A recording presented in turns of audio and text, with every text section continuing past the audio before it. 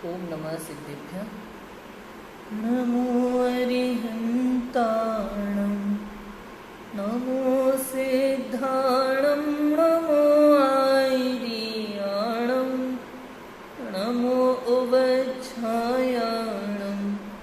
नमो लोई सविसाहुणं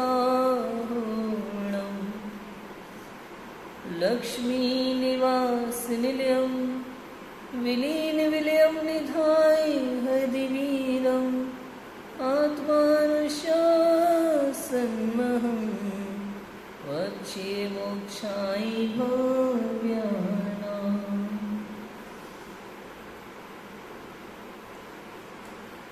आचार्य गुणभद्र स्वामी द्वारा विरचित यह आत्मानुशासन ग्रंथ। अभी तक हमने श्लोक नंबर 124 तक 124वें श्लोक तक हमने चर्चा की है, जिसमें हमने अशुभ राग में दोष की अधिकता देखी थी और समझा था कि किस प्रकार से इस जीव की अशुभोपयोग से शुभोपयोग में और शुभोपयोग से शुद्धोपयोग में प्रवृत्ति होती है। अब हमें आज करनी है मोक्ष मार्ग की यात्रा। ठीक है, यात्रा करनी है किसकी? मोक्ष मार्ग की यात्रा। कि जिस प्रकार से कोई जीव, कोई व्यक्ति कहीं जाता है, किसी तीर्थ पे जाता है, किसी काम से जाता है, तो उस बीच के सफ़र को यात्रा कहते हैं। उस सफ़र में कई तरह की मुश्किलें आ सकती हैं, उस सफ़र में बहुत सी परेशानियां आ सकती हैं, या फिर कुछ व्यवस्थाओं के माध्यम से वो सफ़र सुगम भी हो सकता है। तो यहाँ हमें मोक्ष मार्ग की यात्रा करनी है, तो हम देखते हैं कि मोक्ष मार्ग का सफ़र कैसा होगा। मोक्ष मार्ग की यात्रा सरल होगी या कठिन होगी? यदि कठिन होगी तो उसे किस प्रकार सरल बनाया जा सकता है, इस विषय में हम चर्चा करेंगे। श्लोक नंबर 125। जो मोक्षाभिलाषी जीव निष्कपट मन से 4 प्रकार की आराधना में प्रवर्तन करते हैं, उन्हें निर्विघ्न रूप से मोक्ष की प्राप्ति होती है। यह बात आगामी शब्दों में कहते हैं। 4 प्रकार की आराधना में जो व्रत रहते हैं, 4 प्रकार की आराधना कौन सी हैं? सम्यक दर्शन, सम्यक ज्ञान, सम्यक चारित्र और सम्यक तप। ये 4 प्रकार की आराधना होती हैं। तो जो मोक्षाभिलाषी अर्थात जो जीव मोक्ष की इच्छा रखता है, मोक्ष जाना चाहता है, जिस जीव को वास्तव में संसार में दुख लगता है, संसार के अनंत दुखों से बचना चाहता है, अनंत सुख की प्राप्ति करना चाहता है, ऐसा वह मोक्षाभिलाषी जीव निष्कपट मन से, निष्कपट मन अर्थात मन में कोई कपट भाव नहीं होना चाहिए। ऐसा नहीं कि दिखावे के लिए मंदिर जा रहा है, दिखावे के लिए धर्म की बातें कर रहा है, दिखावे के लिए आत्मा की बातें कर रहा है, ऐसा मुमुक्षु की बात नहीं चल रही है यहाँ। वो मुमुक्षु है ही नहीं, वो मोक्षाभिलाषी नहीं है। मोक्षाभिलाषी जो निष्कपट भाव से 4 प्रकार की आराधना में रत रहते हैं, सम्यक दर्शन, ज्ञान, चारित्र और तप, उन्हें निर्विघ्न रूप से मोक्ष की प्राप्ति होती है। यह बात आप हमें इस छंद में बताते हैं। देखो पढ़ते हैं।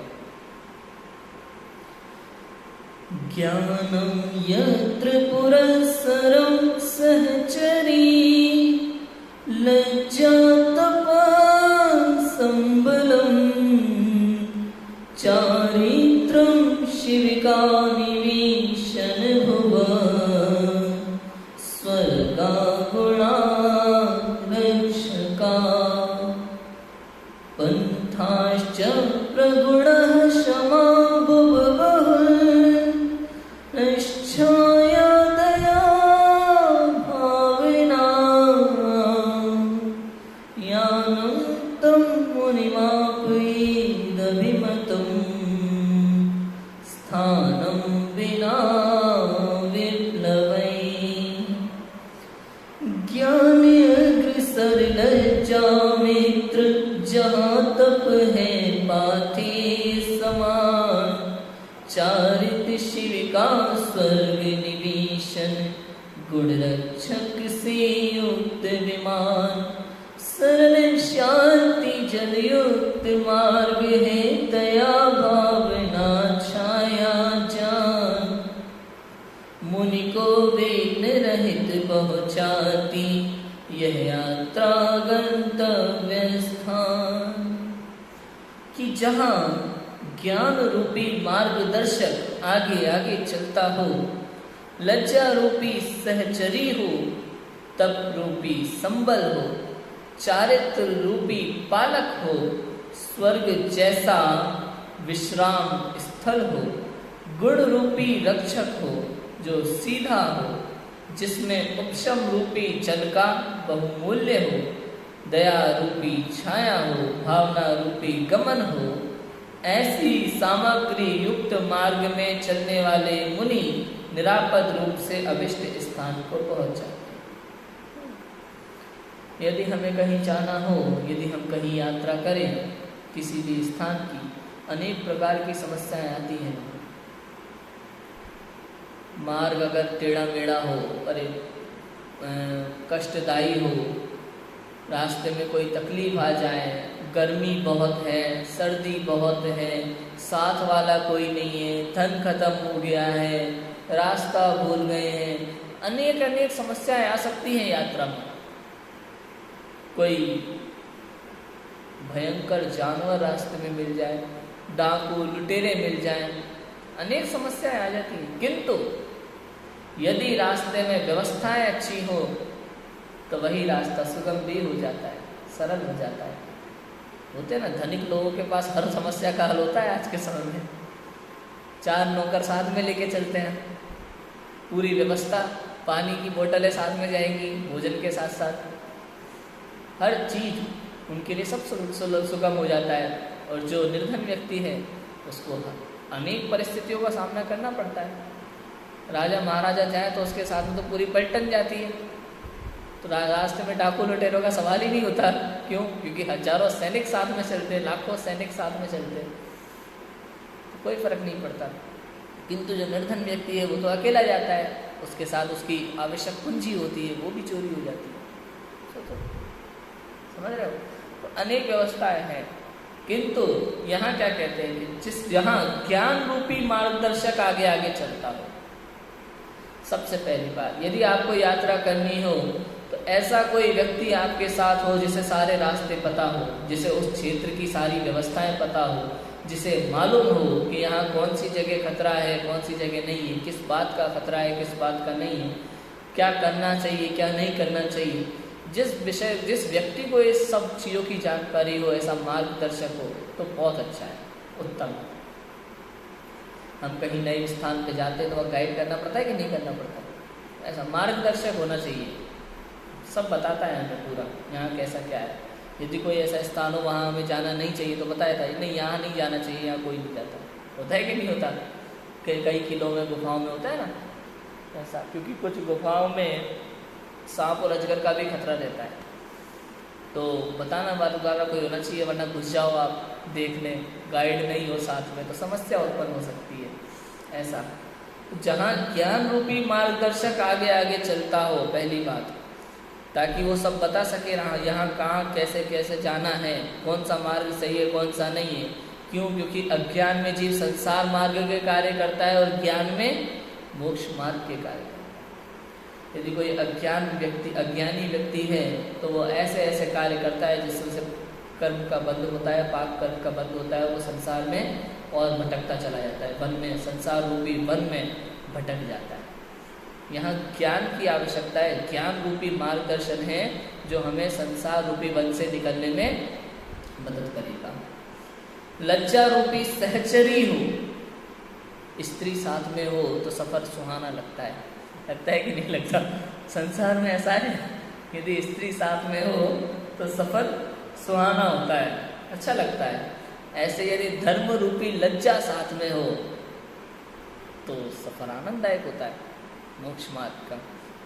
धर्म रूपी लज्जा, क्यों? मोक्ष मार्ग में हम क्या करने जा रहे हैं? वास्तव में तो हम ये बारात है, मुक्ति रूपी लक्ष्मी को, मुक्ति रूपी वधु को वरने जा रहे हैं, है ना? तो यहाँ धर्म रूपी लज्जा, वो शर्म होना चाहिए। समझ में आई बात?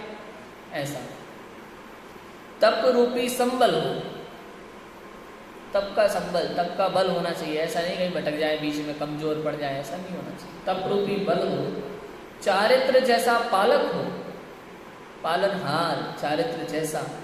जैसे रास्ते में कोई पालनहार होता है ना, कोई ना कोई साथ में ऐसा व्यक्ति जाए हमारे, जो हमारा ख्याल रख सके। किसी वृद्ध व्यक्ति को यात्रा करनी हो तो साथ में कोई जाता है, तो ऐसा चारित्र रूपी पालक हो हमारा। स्वर्ग जैसा विश्राम स्थल हो।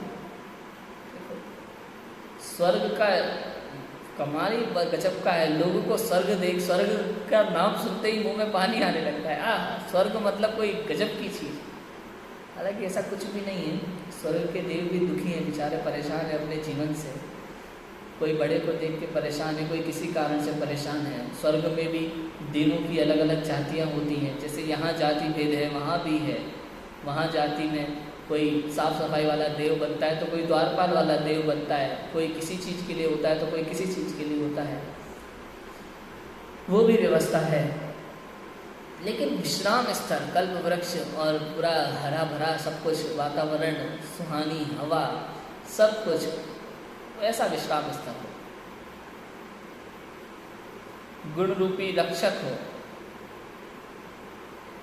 स्वर्ग जैसा विश्राम स्थल समझे ना।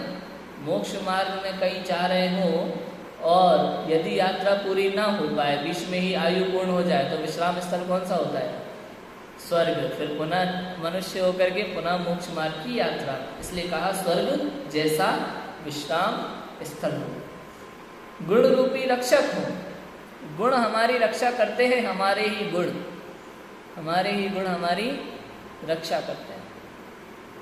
रक्षा मतलब मिथ्यात्वादिक विकारी भावों से बचाना। हमारे सम्यक दर्शनादि गुण मिथ्यात्वादी विकारी भावों से हमें बचा करके हमारी रक्षा करते हैं। जो सीधा हो, मतलब टेढ़ा मेढ़ा ना हो, परेशान करने वाला ना हो। ऐसा ना हो जहाँ जाने से ही घबराहट हो, ऐसा ना हो कि हम रास्ता ही भूल जाएं। सीधा हो एकदम। ऐसा नहीं होता है ना, रास्ते में 4-5 रास्ते निकल रहे हो, अब बताओ कौन सा पकड़े। इधर ऐसा नहीं है, अब तो सीधा जाना है आपको। इधर उधर मुड़ने का काम ही नहीं है। एक सीधा कहते हैं नाक की सीध में चले जाओ। सीधा रास्ता हो जिसमें उपशम रूपी जल का बहुमूल्य हो। उपशम रूपी जल जो दबा हुआ हो। उपशम रूपी जल का अर्थ होता है दबना। इसमें भावार्थ में इसका विशेष मतलब भी लिखा होगा।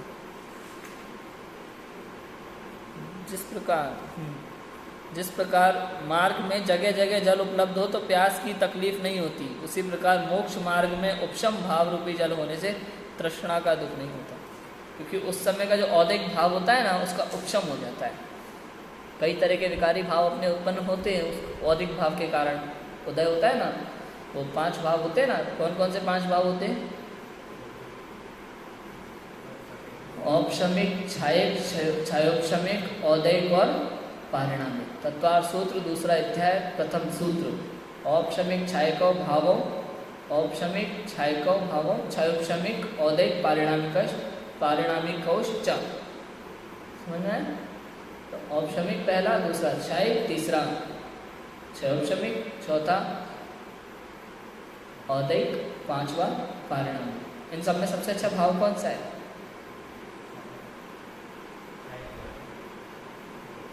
परम पारिणामिक भाव।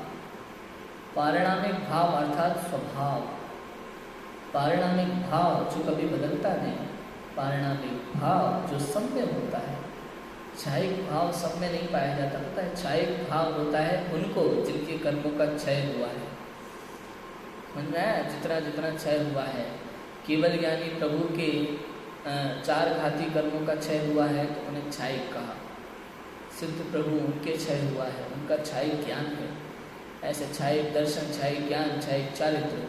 किंतु पारिणामिक तो निगोदिया से लेकर के सिद्धों तक सब में है। वो है परम पारिणामिक शुद्ध भाव। उसी के लक्ष्य से क्षयिक भाव प्रकट होता है। बात समझ में? पारिणामिक भाव के लक्ष्य से ही तो क्षयिक भाव प्रकट होता है। वो सबसे उत्तम है। दूसरा क्षयिक, तीसरा ये क्षयोपशमिक, औपशमिक और औदिक लगा सकते हैं। ठीक है ना? सूत्र में जो क्रम दिया है वो किस हिसाब से दिया है कि संस्कृत व्याकरण के और सूत्रात्मक लय के अनुसार उसमें क्रम। समझ में आई बात? हाँ? पारिणामिक लास्ट में है, लेकिन जो उसमें क्रम है वो क्रम जो है वो क्रम एक तो संस्कृत व्याकरण और सूत्र लयात्मक क्रम है। वास्तव में औपशमिक, छयोपशमिक, औदैक, औपशमिक, छयोपशमिक, छायिक और पारिणामिक ऐसा होना चाहिए, ठीक है। लेकिन उसमें कोई दिक्कत नहीं है, औपशमिक, छायिक, छयोपशमिक, औदैक, पारिणामिक क्रम के हिसाब से जैसा आचार्य ने लिखा है हम वैसे उसे याद करते हैं, है ना। ऐसे अभी तो यहाँ क्या है, दया रूपी छाया हो, दया की छाया हो, अर्थात जिस तरह रास्ते में पेड़ की छाया की आवश्यकता होती है, यहाँ दया की छाया चाहिए। अनेक ऐसे संबंध आ सकते हैं मोक्ष मार्ग में, अनेक ऐसे विपदाएं आ सकती हैं कि आपको क्रोध के भाव आ सकते हैं, वहाँ आपको दया रखना है, क्षमा रखना है, दया रखना है। और भावना रूपी गमन हो, भावनाओं में प्रबलता हो, मोक्ष मार्ग की प्रबल भावना हो तो ही मोक्ष मार्ग में आगे बढ़ सकता है। अगर भावों में अशुद्धि होगी तो आगे नहीं बढ़ पाएगा। भावना रूपी गमन हो, ऐसी सामग्री युक्त मार्ग में चलने वाले मुनि निरापद रूप से अभिष्ट स्थान को पहुंच जाते हैं। अभिष्ट स्थान मतलब जो उन्हें बहुत ही अधिक इष्ट है, जहां वो जाना चाहते हैं, ऐसा वो अभिष्ट स्थान वहां पहुंच जाते हैं। सिंपल है ना, भावार्थ में पूरा क्लियर है, एक एक शब्द का अर्थ दिया हुआ है। यहाँ मैंने अपनी समझ से अर्थ किया, यहाँ भावार्थ में उन्होंने बहुत अच्छे से अर्थ किया हुआ है, हम देखते हैं। जिस प्रकार कोई व्यक्ति किसी नगर को गमन करे और उसे योग्य मार्गदर्शक आदि अनेक सामग्री मिले तो वह निरापद रूप से उस नगर में पहुंच जाता है, उसी प्रकार किसी मोक्षाभिलाषी भव्य जीव को ज्ञानादिक सामग्री मिले तो वह निरापद रूप से मोक्ष मार्ग प्राप्त कर लेता है। ज्ञान आदि में अनंत गुण लगा लेना, ज्ञान सारे ज्ञान आदि में आत्मा के ज्ञान आदि अनंत गुण, श्रद्धा, चारित्र, सुख, वीर्य सब लगा लेना, जितने लगा सको अनंत गुण आत्मा को, अनंत शक्तियां भी। जिस प्रकार किसी यात्री को मार्गदर्शक मार्ग बताता है, उसी प्रकार ज्ञान मोक्ष मार्ग में हे उपादेय तत्वों का निर्णय करता है। क्या छोड़ने योग्य है, क्या ग्रहण करने योग्य है, कहाँ क्या करना चाहिए, कैसे करना चाहिए, इस बात का निर्णय ज्ञान करता है। जिस प्रकार स्त्री साथ में होने से मार्ग में सुखपूर्वक गमन होता है, उसी प्रकार धर्म संबंधी लज्जा साथ में होने से मोक्ष मार्ग में सुखपूर्वक प्रवर्तन होता है ना। मौसम सुहाना लगता है कि नहीं, स्त्री साथ में हो तो सुहाना सफर होता है, ऐसे ही धर्म रूपी लज्जा साथ में हो तो सुखपूर्वक गमन होता है मोक्ष मार्ग में। जिस प्रकार खर्च करने वाला व्यक्ति साथ हो तो शिथिलता नहीं होती, है? खर्च करने वाला व्यक्ति साथ में होना चाहिए। तप रूपी संबल हो, तप का संबल हो तो मोक्ष मार्ग अच्छा निकलता है। ऐसे खर्च करने वाला व्यक्ति साथ में हो तो शिथिलता नहीं आती, भाई पैसा तो है ना, कोई दिक्कत नहीं है, पैसे की कमी नहीं है। पैसे की कमी हो तो हम यात्रा से सोचते ना, कितना सोचते हैं हम कहीं यात्रा में जाएं, ऑटो वाला 50 के 100 ले ले कितने विकल्प होते हैं, तो पैसे की कमी हो जाती है। तो ऐसे उसी प्रकार तप का साधन होने से मोक्ष मार्ग में शिथिलता नहीं रहती।